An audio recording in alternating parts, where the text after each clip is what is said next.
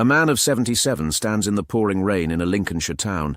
He is laughing because a woman in the crowd has just accidentally greeted him as darling, and he has waved away her embarrassment with the warmest possible grace. A football mascot hands him a personalised shirt. A child gives him a birthday card. He jokes that the rain-soaked well-wishers should all go and visit the pub. 2 days later, that same man will sit at the very centre of his own birthday parade, as a nation salutes him down the length of the mall. For a king who, not so long ago, stepped back from public life to begin treatment for cancer, that is quite a week, and it raises a gentle, natural question that a great many of you have quietly wondered. How is he really? Today we are going to try to answer that as honestly as we can by reading the one piece of evidence the palace cannot tuck away: his diary. And we are going to do it with one firm rule, held from start to finish. We will not, for a single moment, play doctor. Welcome back to Richard Valentine. I am Richard, and I am very glad to have your company for what will be a gentle and careful episode. Pour yourself something warm, settle in somewhere comfortable, and let us take our time with this one because it is a tender subject and it deserves a soft and respectful hand. Here is what we are doing today, and just as importantly, what we are not. We are going to look at the King's recent schedule, a strikingly busy stretch, and set it beside the news, shared late last year, that his cancer treatment was due to be reduced in 2026, and we are going to ask gently what those two things together might suggest about where his recovery stands. Now the boundaries, because on a subject like this they are everything. I will not speculate about the type of cancer the King has, because it has never been publicly disclosed, and guessing would be both impossible and unkind. I will not offer any diagnosis, and I will not predict the future of his health, because I am not qualified to, and neither is anyone else outside his medical team. What I will do is read the public signs, his engagements, and his evident spirits, and tell you clearly, every step of the way, what those signs can honestly support and what they cannot. With that promise made, let us begin. Stand in the rain first in Grimsby on Thursday the 11th of June, because the day itself is where this question came alive. The confirmed details paint a vivid picture, and it is worth lingering on them, because they matter. The King arrived in the Lincolnshire town for a full day of engagements, and the weather did not cooperate in the slightest. It poured. Yet the crowds came anyway, armed with umbrellas and flags, lining the streets to welcome him.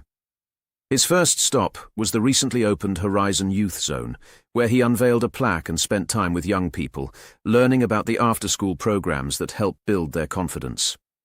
There, fittingly, he was handed a birthday card. From there, his diary kept moving.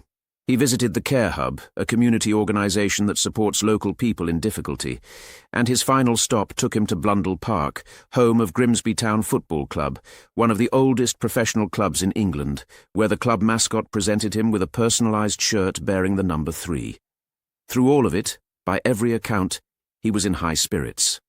When a member of staff accidentally greeted him with, "All right, darling," and then apologised, he simply reassured her that it was perfectly fine, turning an awkward slip into a warm little moment.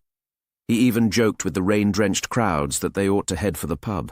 I want you to hold that image, because it is the heart of today's story.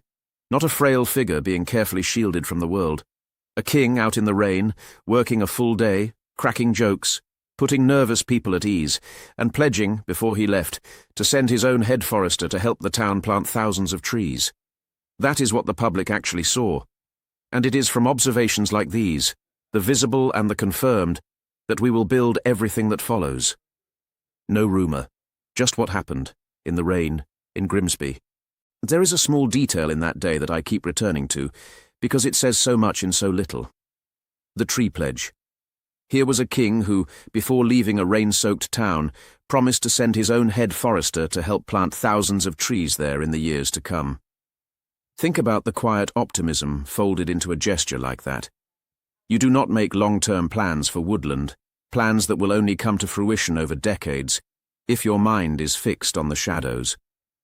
It is the act of a man looking forward, investing in a future he wants to help shape. I would not overread a single gesture, and I will not pretend it is medical evidence. But as a window into his frame of mind, it is rather lovely and entirely real. Count the days, next, because a single good outing is one thing, but it is the rhythm of the whole diary that begins to tell a story. Look at the sheer density of that week. On the Thursday, the king was in Grimsby for a demanding round of public engagements. Then, just 2 days later, on Saturday the 13th, he was at the very heart of Trooping the Colour, his official birthday parade, one of the most physically and ceremonially demanding days in the entire royal calendar. To go from a full provincial visit to a national set-piece occasion within 48 hours is a considerable workload by any measure, and a notable one for a man in his late 70s who has been managing a serious illness. And this was not an isolated burst. Across 2026, by every public indication, the King's diary has steadily filled back up. The cautious, pared-back schedule of the early treatment period has given way, gradually, to something much closer to a full working calendar. Engagements at home, the ceremonial duties of the crown, the slow, steady return of a monarch to the rhythm of his role.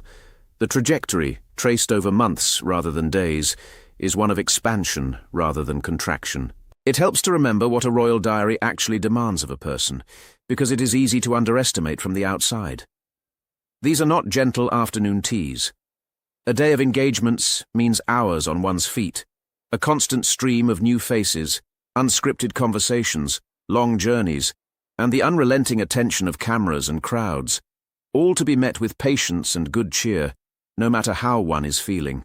It is genuinely tiring work for a person in robust health, let alone for someone in their late 70s who has been through what the king has.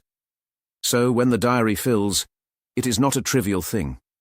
It represents a real and sustained physical commitment, and that is precisely why observers watch it so closely as a barometer. Let me be clear here about how I am reading this, because the method is the whole point. The fullness of the diary is a confirmed fact. We can see it. It is on the record, engagement by engagement. That sits firmly on the bottom rung of certainty. What that fullness means about his underlying health is a separate question entirely, and a far more slippery one. So for now, let us simply establish the pattern as fact. A busy king, working hard, across a sustained stretch. We will turn to what it might signify shortly, and I will be careful to tell you exactly how much weight that signpost can bear. Recall the announcement now, because the diary only takes on its full meaning when you set it against the news the king himself shared at the end of last year. The confirmed background runs like this. In February of 2024, Buckingham Palace announced that the king had been diagnosed with cancer, discovered during a procedure for a separate, benign condition. The palace stated clearly that it was not prostate cancer, but beyond that the specific type has never been disclosed. I will repeat my promise here, because it is the most important one of the episode. I will not guess at that type. It is private. It has been kept private, and that privacy deserves respect. He stepped back from public-facing duties to begin treatment. He was briefly hospitalized in the spring of 2024, owing to side effects. And then, slowly, he returned. The crucial update came in December of last year, when, in a recorded message for a cancer campaign, the king shared some genuinely encouraging news. Thanks to early diagnosis and effective treatment, he said, his schedule of cancer care could be reduced in the new year. He described that milestone as a personal blessing. Around the same time, the palace indicated that he had responded, in their phrasing, exceptionally well to his treatment. It is worth weighing those words with care, because language like this is always chosen deliberately by the palace. Reduced is a precise word, and a meaningful one. It is not the same as finished, and it is not the same as cured. It signals progress, a lightening of the load, a step in a good direction, without claiming that the journey is over. So even at its most encouraging, the official message was measured rather than triumphant. I follow that same discipline here. I take the good news as exactly what it was stated to be, a reduction and a blessing, and I resist the temptation to inflate it into something larger than the careful wording will bear. Notice what he chose to do with that moment, because it tells you a great deal about the man. He did not dwell on himself. He turned the news outward, using his own experience to urge others not to delay their own screenings, reminding the public that early diagnosis quite simply saves lives. That instinct to take a private hardship and make something useful of it for others is, to my eye, the most admirable thread running through this whole chapter. Whatever else the diary tells us, it tells us that. It is worth pausing on how much that openness departs from royal tradition, because it deepens the picture. For generations, the royal family treated illness as a strictly private matter, something to be managed quietly and never discussed. Monarchs simply did not speak of such things. So for the king to acknowledge his diagnosis at all, and then to return to it publicly in order to encourage others, marks a real shift in how the institution handles these moments. It reflects, I think, a more modern understanding that candour can be a kind of public service.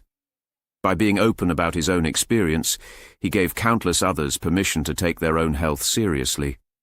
That choice, made from a position of real vulnerability, took a quiet courage that is easy to overlook beneath the formality of a recorded message. A brief, careful word before we go on. I am aware that for many of you watching, this is not an abstract story about a distant king. So many of us have sat in those waiting rooms, as patients or as the ones who love them. I keep that in mind with every word I choose here, and it is why I will not reach for drama where only honesty belongs. This subject asks for gentleness, and gentleness is what I intend to give it. Interpret the pattern, then, because now we can finally bring the two threads together, the busy diary and the reduced treatment, and ask what they might suggest when read side by side. Here is the gentle interpretation, and I label it clearly as interpretation, sitting on the top rung of the ladder. A reduced course of treatment and a steadily fuller diary are two signs that, taken together, point in the same encouraging direction. They are consistent with a man who is doing well enough to return to demanding work, and whose medical team is comfortable enough with his progress to ease the intensity of his care. When you place the December announcement beside the June schedule, the line connecting them slopes gently upward.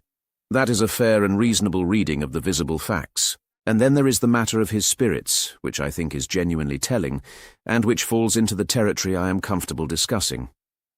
You cannot fake the kind of warmth he showed in Grimsby, the easy humour with the crowd, the patience with a nervous well-wisher, the energy to stand in the rain for hours and remain engaged, curious and kind. A person worn down and struggling tends to show it, however hard they try to hide it. What the cameras captured instead was a man who seemed by every outward sign to be in good heart. His mood, his evident enjoyment of the work, his obvious pleasure in the company of the people he met, all of that is fair to observe, because all of it was plainly on display. There is a reason the mood matters as much as the schedule, and it is worth spelling out. Energy and engagement of that kind are hard to sustain on willpower alone across a long day. Anyone who has cared for someone unwell knows how illness tends to drain not just the body but the spark, the humour, the easy warmth. To see that warmth flowing freely in difficult weather, late into a packed itinerary, is a genuinely reassuring thing to witness. I want to be careful not to overclaim, because mood is not medicine and a good day is not a guarantee. But within the bounds of what we are permitted to read, a king visibly enjoying his work and meeting strangers with such evident gladness is a hopeful sight, and I think we are allowed to take some comfort in it. So the encouraging reading is real, and I do not want to undersell it.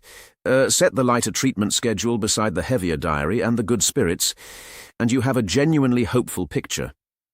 By my reading, the public signs we are permitted to see all lean the same way, toward a king who is managing his recovery well and returning with evident gladness to the work he loves. That is what the evidence gently supports. But, and this is a large but, there is a crucial caution we have to apply before we let ourselves run too far with it, and that caution is so important that it deserves a section all its own. Temper that hope now with some hard honesty, because the most responsible thing I can do is show you the limits of what a diary can ever really prove. Here is the uncomfortable truth at the centre of this whole method. A public schedule is an indirect signal. It is not a medical chart.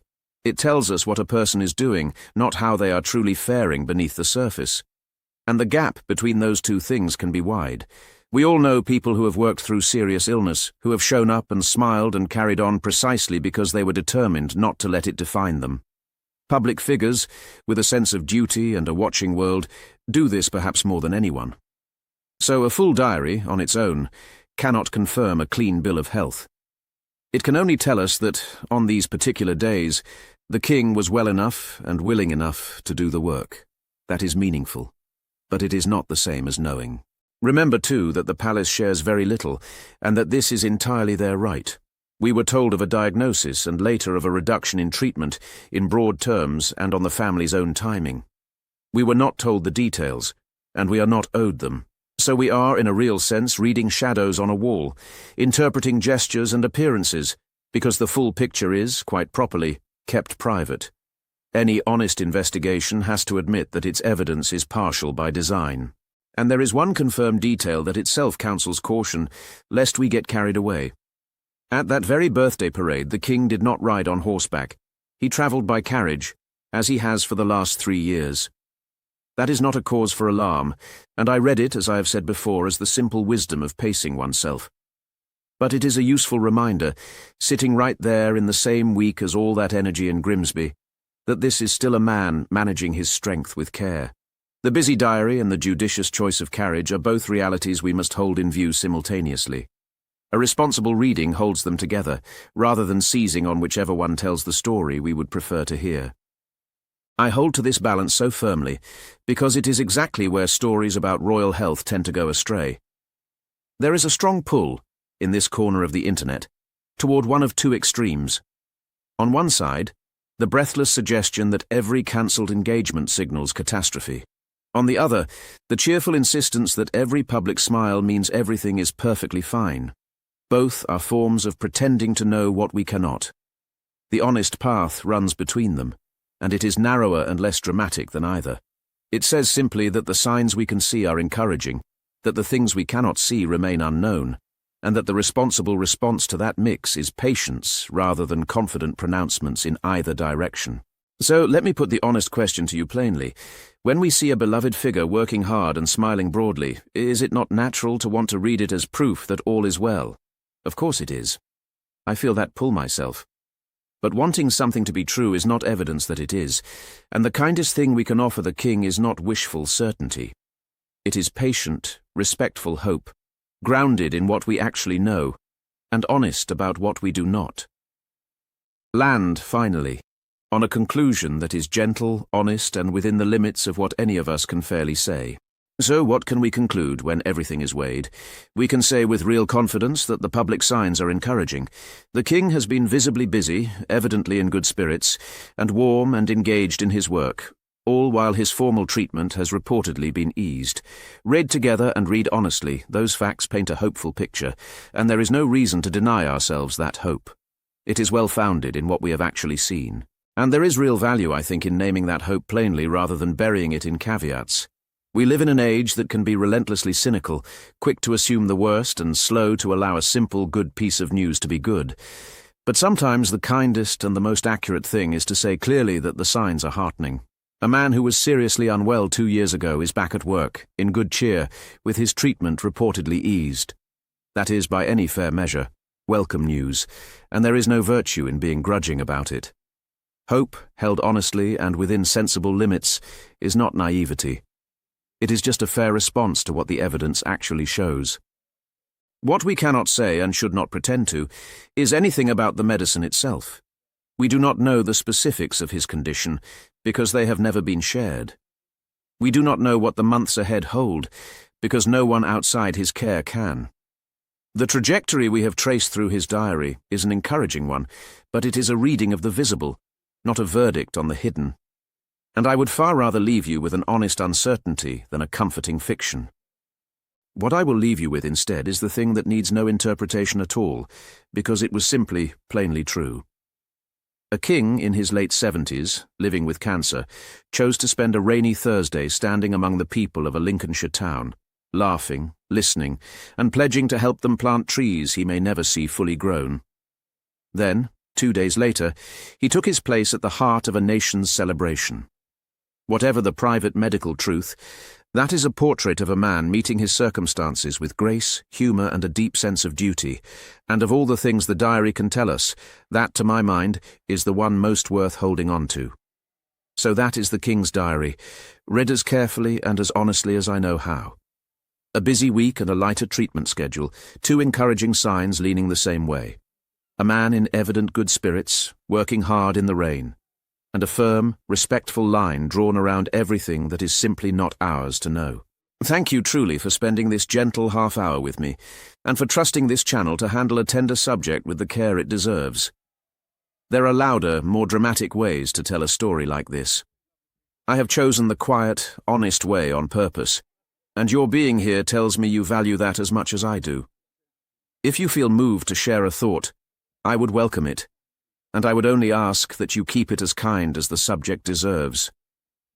Perhaps this story touched something in your own life or your own family's experience. If it did, you are among friends here. And if the King's own message reaches even one of you and nudges you to book a screening you have been putting off, then this episode will have done some real good in the world.